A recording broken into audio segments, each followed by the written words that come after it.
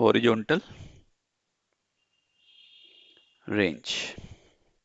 We have already told that horizontal range is the horizontal distance covered by the projectile during the flight. This is our projectile motion. Object thrown with initial velocity u at an angle theta with horizontal. Its horizontal and vertical component we know, that is ux equal to u cos theta, uy equal to u sin theta. And ax, there is no acceleration along the x-axis, and ay equal to minus g because acceleration due to gravity is working downward, and downward direction is negative direction as per convention. Time of flight we have found that it is equal to 2u sin theta by g. It is the time taken by the projectile from starting from A and reach at B. During this flight of time, what is the horizontal distance covered by the object? Again, we have to use the equation of motion, second equation of motion, s equal to ut plus half at square. This is our second equation of motion, which we will use to find the horizontal distance.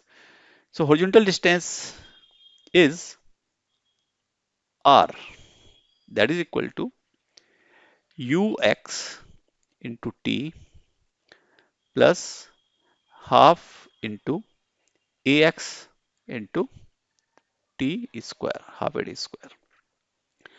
And this t is actually time of flight.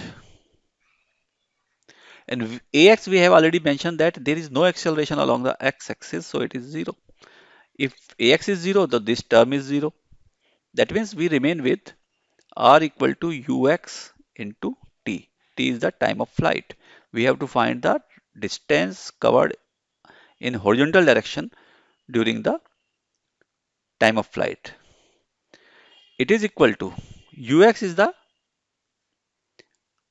x component of the velocity, that is u cos theta, and time of flight we have already found it is 2u sin theta by z.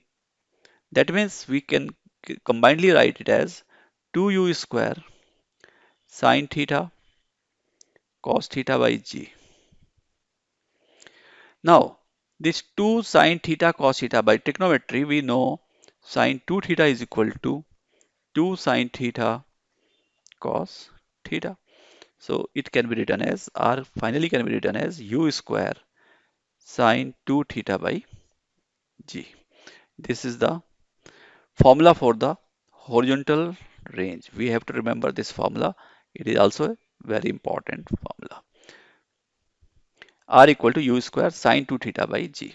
Now we analyze this formula and get some conclusion.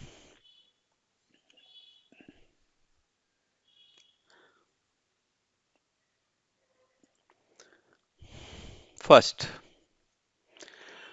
R equal to Rmax equal to, that means what is the maximum range? Condition is that g is fixed and we can vary angle. U and G are fixed. For what angle we can have the maximum range? From this formula, R will be maximum when sin 2 theta will be maximum if U and G are fixed. And sin 2 theta is maximum when its value is 1. That means R max will be U square by G. It will be U square by G when sin 2 theta equal to 1. Because we know maximum value of the sine any angle is 1. If graphically we draw sine 2 theta, we will find this type of the graph, which will have 1 in between 1 and minus 1. So maximum value of sine theta is 1. That's why sine theta is 1. So r equal to u square by e. This is the maximum value. And sine 2 theta is 1 means 2 theta is equal to pi by 2. Sine 90 is 1. That means theta equal to pi by 4, equal to 45 degree.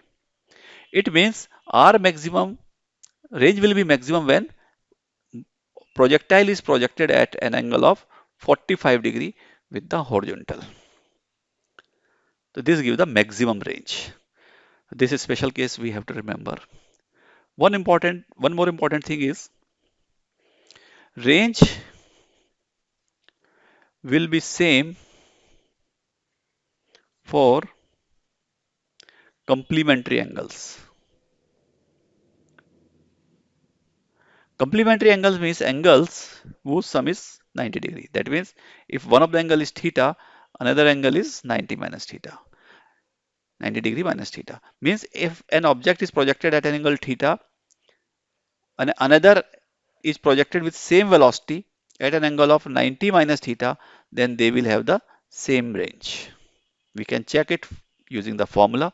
Formula is R equal to U square sine 2 theta by G. This is the first case. If angle is projected at angle theta with the horizontal, and another case R dash equal to U square sine 2. Now theta is 90 minus theta by G,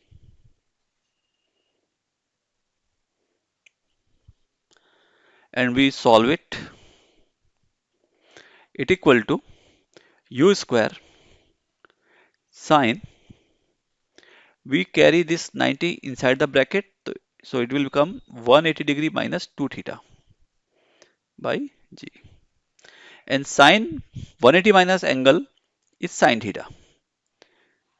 So it is equal to U square sine 2 theta by G. Using the formula sine pi minus theta equal to sine theta. This is from trigonometry. That means it is again R. That means range will be same for the complementary angles. If one of the angle, let one of angle is 30 degree and it gives range say 5 meter, so another angle is 60 degree, it will also give 5 meter range. Condition is U is same in both case, and we have already mentioned that G is same everywhere. Okay, next we take height.